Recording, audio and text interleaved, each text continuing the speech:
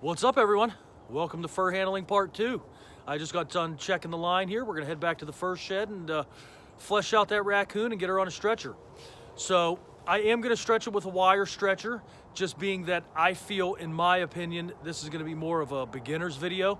Obviously a seasoned veteran trapper slash fur handler, you know, I don't think he or she needs to know how to flesh a raccoon.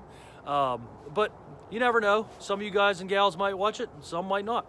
So I am going to use a wire stretcher. I personally feel it's more of a beginner. You know, they're cheaper, they're easier to use, don't have to worry about the pins and whatnot. So in the future, I will do a video on wood boards versus wire. I'm going to be honest, we all know that boards look way better than wire.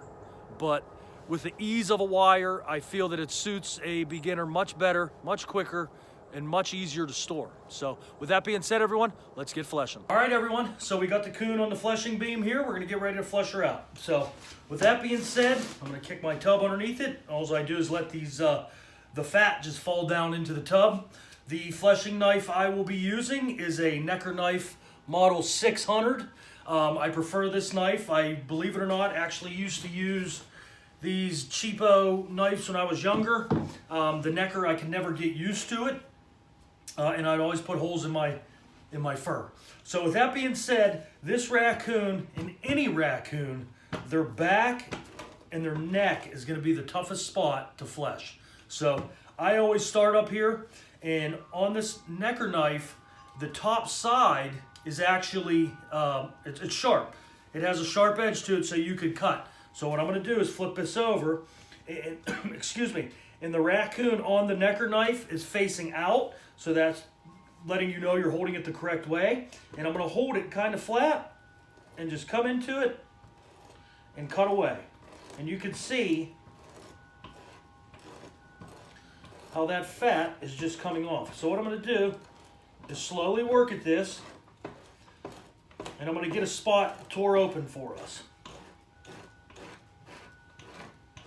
So we're gonna come down and work that. So when you're doing this back side, you gotta be careful, because you will cut a hole in this guy, and the back is where you do not wanna cut a hole, for sure. So, I got that tore out a little bit, so I'm gonna go ahead. Now I'm gonna take the raccoon on the Necker knife facing the raccoon itself, facing the fleshing board, or fleshing beam rather. And I'm just gonna go to town on it.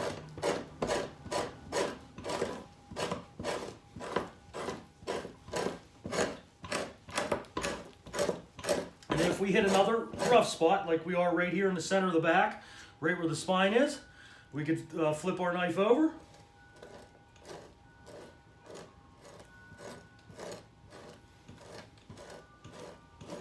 And we're gonna cut it off. Just like so. So you're gonna see, when you're fleshing these guys, there's gonna be little strings of fat on here. Now, if there's a tiny bit, and I'm not saying, you know, it's okay to leave chunks of fat on. If there's a tiny bit, it's okay, because when this hide dries on the stretcher, that little bit of felt, or fat, it will just melt off. So it will dissipate away. So now that we got that, keep working our way down. And you can see right here, that string wants to stay on there. So cut it.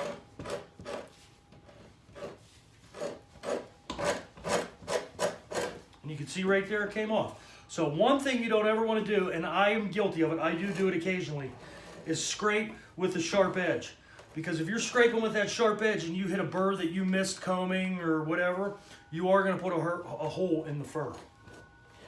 So I missed a little bit right here. I just want to get that off.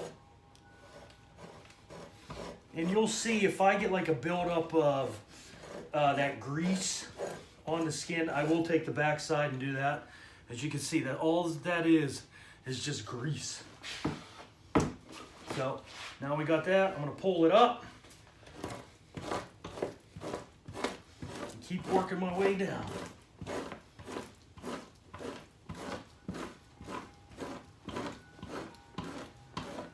So I always start with the hardest part first, because when we get to the belly, it's surprisingly shocking how easy it is. And if you've never fleshed one of these guys out, you're going to be in for a workout your first few times until you get the hang of it. When I was younger, when I first started trapping when I was 14, I think that first year I caught maybe a half dozen raccoons or so.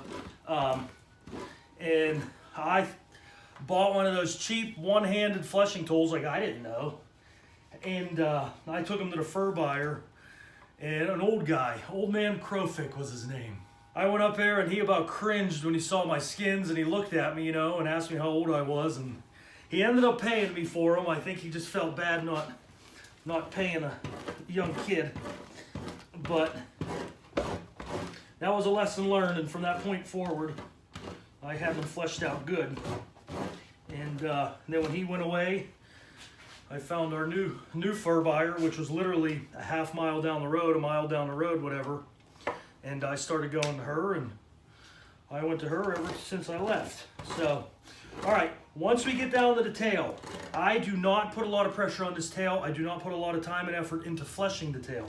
I'll just get that little bit that's sitting right there on the edges, and that's it. And the reason I don't put a lot of time into it is because I don't want to rip it off. So now, I'll put this guy back up, and you guys can see that back. There's a little bit right there. But again, I'm not worried about that tiny, tiny bit of fat. I mean, sometimes it's not worth getting it because you've done so much so good already. It's not worth chancing a hole in that back one. Like I said, it will just melt away. So we're just going to take his coon, flip her over, and we're going to go down. Now the face, I don't worry about the face. There's some guys that are anal and they'll flesh the face. I do not. Whatever meat's on there, whatnot, it'll harden up. And 9 times out of 10, they're cutting the face off. So when you get down to the leg, you got to be careful. The front leg.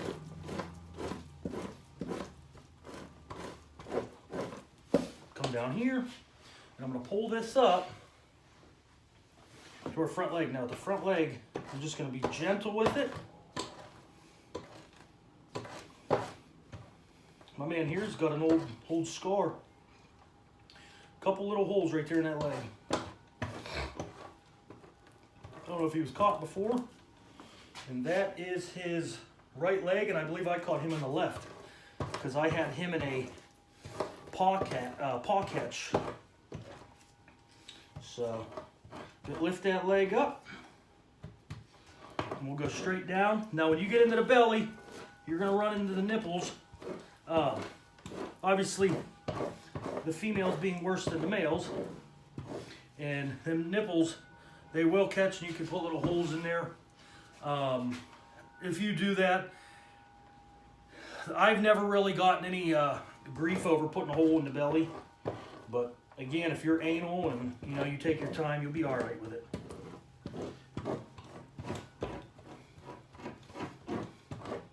So we're going to flush that guy out. And I like to get all that grease off. That's why I spend so much time on these. And you'll never get it all off. I'm just going to tell you that now.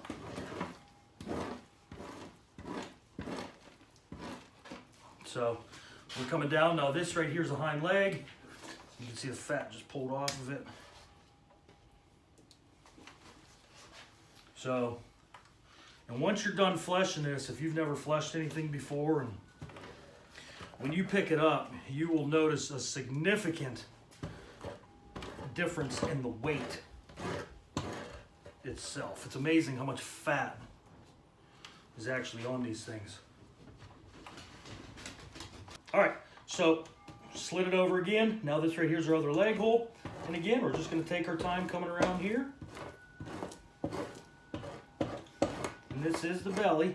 And you'll feel right there's a little nipple. And we'll come around. One other thing I want to mention too, when you're fleshing, keep these tight. because if you don't keep them tight and you get a little fold like I just did, and if you're not careful, it will cut it as well. So right here's where the penis was. That's not a big deal if that rips off, because that's part of our inspection window. If you remember the skinning part when we spun them out. If not, I'll have it linked in the description below, so you can start over and go back if you don't remember it. So that was that leg.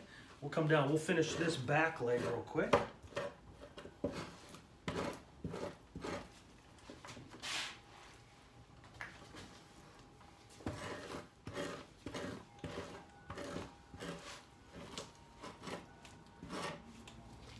You can see there's this fat. And all that I have is my fleshing beam set up with a Rubbermaid container underneath of it. And the fat falls into there. And that's it. Throw it away after that. So right here we have a little bit of fat.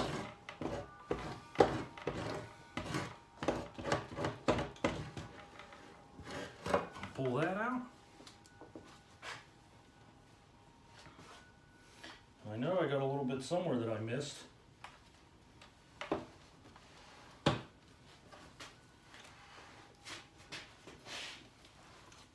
Right there in his chest.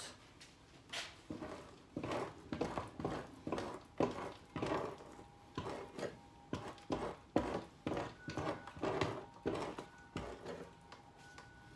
we'll come through, and there's his other front leg. You'll see here, let me spin this because I gotta get this leg better.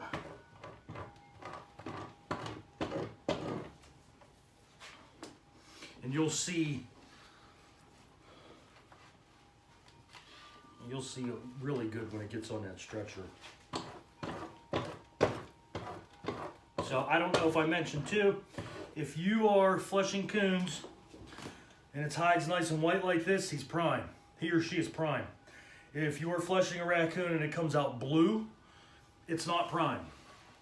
It is not a prime first. So if you catch first year raccoons, the breeder females, anything like that, chances are they're not going to be prime. They never prime up for some reason. I don't know. I've caught some older females. You can tell they're just older by their looks. At least they appear to be older by their looks, and they have been prime. But you'll get them. You'll get big females that are not prime.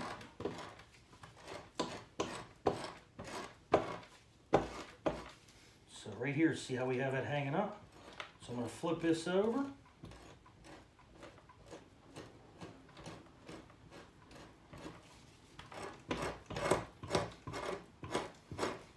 Might have a little scar right there or something. Something's catching. Unless I missed a burr when I combed them out, but I don't think I did. So.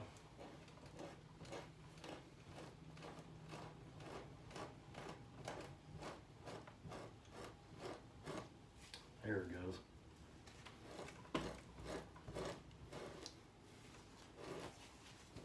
And you'll see right here we're going to get a fold. Just be careful around them folds. And there you go. That is a finished raccoon hide that is fleshed. Let me flip this camera around, folks, and you guys can see it. All right, so right here is our finished raccoon. See how nice and white he is? Coming down to our tail, and you'll see that little bit of fat hanging off the bottom. Trim that off once you get him on the stretcher. Not a big deal. That's just hanging on the outside of the fur, that's all. Right on the edge. So, but that's it. And then right here's our inspection window. Let's get this guy on the stretcher, and you'll see exactly what that inspection window is for. So we're just going to use a wire stretcher. I believe this is a Duke. Really doesn't matter. I've never ran into anything, you know, good or bad with stretchers. A wire stretcher is a wire stretcher. So this is very simple to put these guys on a wire stretcher. All we're going to do is put them on, and then we want to center it. Just center it on this stretcher, that's it. So you got your front legs, look at your ears, everything, look at your eyes, Everything looks good on there. Then there are 2 sets of hooks on these. We're going to take the first set, and I am going to hook the tail about halfway down. Put that in there, pull tight. Then I grab his back legs, take the other hook, hook one leg, take the other hook, hook the second leg, and pull. So we got this coon nice and centered on this stretcher. Oop, you can see right there, nice inspection window, which in the skinning video, I mentioned that inspection window is for the buyer so they can check out the quality of the fur and you know, reach their hand up in there and make sure everything's good. So very simple process. The biggest thing is feel, in my opinion. You got to feel that fur, get a feel for your fleshing knife, get a feel for your fleshing beam, and you'll go from there. I'm not going to lie to you, you're going to put holes in it at first. I think everyone does. Nobody came out, started trapping, and you know, got fur done quickly, efficiently, with no holes. So don't get down on yourself. You get a hole in there, it is what it is. You got to learn somehow, and the only way to learn is by doing it. So with that being said, everyone, thank you for watching.